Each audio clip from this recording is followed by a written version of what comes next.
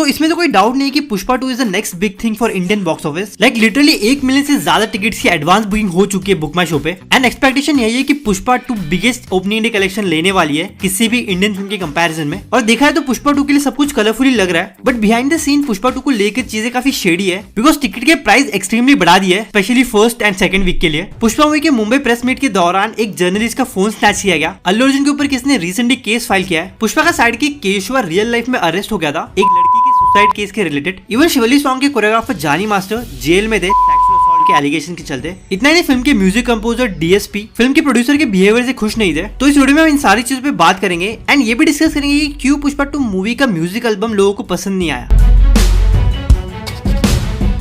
तो first thing first, अभी मुंबई में जो पुष्पा 2 का प्रेस इवेंट हुआ था वहाँ पे अल्लू अर्जुन ने अपने फैंस को एज आर्मी रेफर किया था। एंड ये बहुत कॉमन है इन्फ्लुएंसर्स एंड सेलिब्रिटीज के बीच, वो अपने फैंस को किसी न किसी वर्ड से रेफर करते हैं। कोई फैम बुलाता है, कोई गैंग बुलाता है, तो कोई एज एन आर्मी रेफर करता है। और ये फर्स्ट टाइम नहीं था जब अल्लू अर्जुन ने अपने फैंस को एज आर्मी एड्रेस किया है, क्योंकि इसके पहले भी अल्लू अर्जुन ने कई बार पब्लिकली अपने फैंस को एज आर्मी एड्रेस किया है कि मेरे पास फैंस नहीं, मेरे पास मेरी आर्मी है। మై డియర్ ఫ్యాన్స్, ఎంతో ప్రేమగా ముద్దుగా నా ఆర్మీ అంటుంటారు. నా army, my fans, I love you.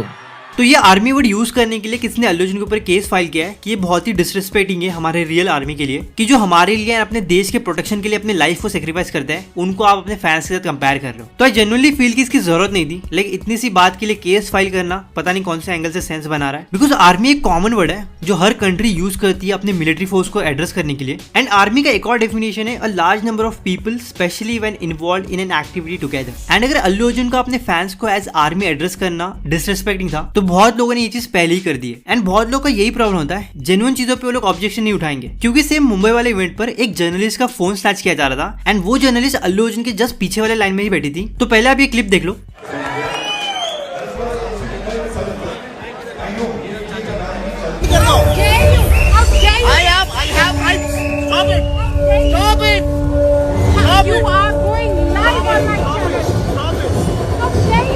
तो फर्स्टली जो मुंबई वाला इवेंट था ये kind of in house event था। बेसिकली पटना के अंदर जैसा ओपन फील्ड में इवेंट हुआ था उतना ग्रैंड इवेंट नहीं था ये। तो आई एम थिंकिंग कि ये इनवाइट ओनली इवेंट था, बिकॉज काफी लिमिटेड स्पेस में इस इवेंट को ऑर्गेनाइज किया गया था। तो मेजरली वहाँ पे सब मीडिया पर्सन ही होंगे। एंड अगर आपने मीडिया पर्सन को बुलाया तो ये ऑब्वियस ही है कि वो लोग रिकॉर्ड करेंगे उस इवेंट को। बट मुझे एक चीज समझ में नहीं आई, जब वो इवेंट कंप्लीटली लाइव टेलीकास्ट हो रहा था एंड काफी सारे मीडिया हाउस ने उस इवेंट के फोटोज एंड वीडियो अपलोड किया है, तो जब ये लेडी उस इवेंट को रिकॉर्ड कर रही थी तो उसमें क्या प्रॉब्लम था। तो बात करते पुष्पा के साइड की केशवा के बारे में, जिसका रियल नेम है जगदीश। तो लास्ट ईयर दिसंबर में जगदीश को पुलिस ने अरेस्ट किया था एक लड़की के सुसाइड केस के रिलेटेड। एंड उस लड़की को सुसाइड करने के पीछे का रीजन था कि जगदीश उसे ब्लैकमेल कर रहा था। तो as per report Jagdish and ये फीमेल जूनियर आर्टिस्ट रिलेशनशिप में थे एंड जगदीश ने इस लड़की की कुछ फोटोज क्लिक कर ली थी जिसका इस लड़की को बिल्कुल भी आइडिया नहीं था। एंड उसके बाद जगदीश उन फोटोज को लेकर इसे ब्लैकमेल करने लगा कि वो उसकी फोटो सोशल मीडिया पे अपलोड कर देगा। सो जगदीश के हरासमेंट एंड ब्लैकमेलिंग के चलते कर लिया। फिर इन्वेस्टिगेशन के टाइम पे लड़की के फोन में कुछ चीजें मिली जो कि जगदीश के अगेंस्ट थी एंड उसी की बेसिस पे जगदीश को अरेस्ट किया गया। बट फिर पुष्पा 2 के मेकर्स ने जगदीश को बेल पर बाहर निकाला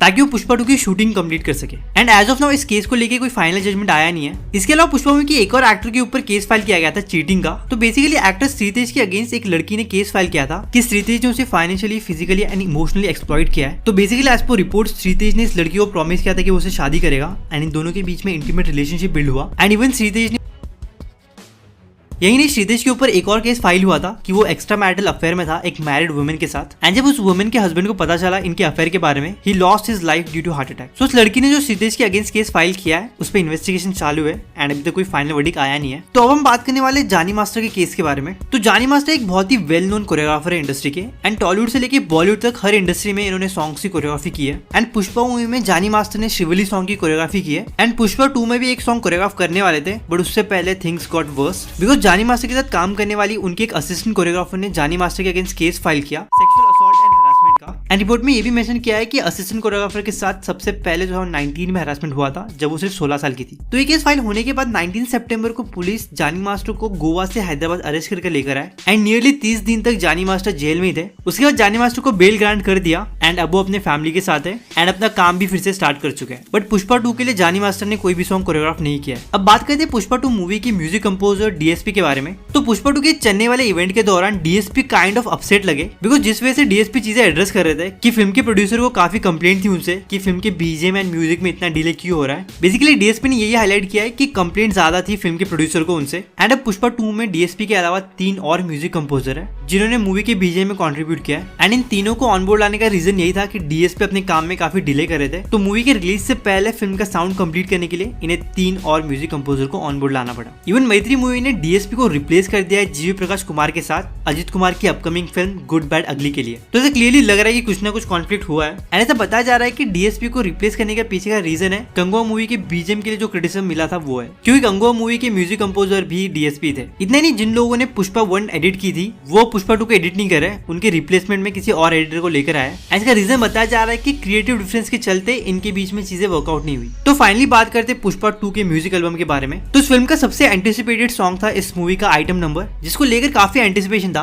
बट ऑडियंस को सॉन्ग कुछ खास पसंद नहीं आया एंड इस सॉन्ग की काफी ट्रोलिंग हुई। तो जो मेजर क्रिटिसिज्म था वो इस सॉन्ग के लिरिक्स को लेकर था। तेलुगु लैंग्वेज में सॉन्ग फिर भी थोड़ा अच्छा साउंड करता है, बट हिंदी लैंग्वेज में सॉन्ग काफी बेकार लगता है सुनने में। एंड पुष्पा 1 के ऊ अंटावा सॉन्ग के हिंदी वर्जन के साथ भी ऐसे ही हुआ था, उसके हिंदी लिरिक्स काफी अजीब थे, बट ओवर द टाइम लोगों ने उस सॉन्ग को काफी पसंद किया। बट देखा जाए तो पुष्पा 1 का म्यूजिक एल्बम बहुत बेटर था पुष्पा 2 के कंपैरिजन में। पुष्पा 1 के टोटल 5 सॉन्ग थे, जिसमें से 3 song Shivalli, Swami Swami and ऊ अंटावा, इन तीनों सॉन्ग से individual views across language 1 billion plus है, यानी कि 3 बिलियन से ज्यादा पुष्पा 1 की म्यूजिक एल्बम की व्यूअरशिप है अक्रॉस लैंग्वेज। एंड ये मार्क पुष्पा 2 का म्यूजिक एल्बम कभी भी अचीव नहीं कर पाएगा। स्पेशली पुष्पा 2 के हिंदी सॉन्ग की राइटिंग काफी बुरी है, बट लिरिक्स राइटर सेम है पुष्पा 1 एंड पुष्पा 2 दोनों के हिंदी सॉन्ग के, जो कि है राकीब आलम। एंड का मेजरली वर्क साउथ के सॉन्ग्स का हिंदी वर्जन लिखना है, एंड उन्होंने जेन्युइनली काफी अच्छे से सॉन्ग लिखे हैं, बट पता नहीं पुष्पा 2 के साथ क्या हुआ। एंड जेन्युइनली देखा जाए तो पुष्पा 1 के सक्सेस के पीछे काफी बड़ा हाथ पुष्पा 1 के सॉन्ग्स का है, बिकॉज पुष्पा 1 के सॉन्ग्स अक्रॉस लैंग्वेजेस काफी बड़े हिट थे।